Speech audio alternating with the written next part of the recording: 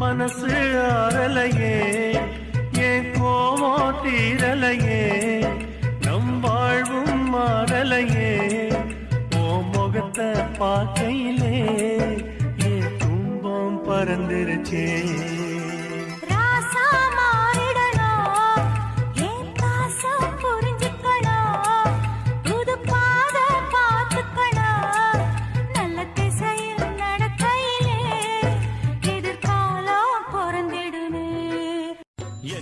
உந்தன் கணக்கு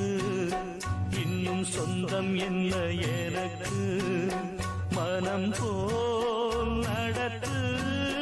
நடத்து இருப்பதை ஏன் மறைத்து வைத்தார்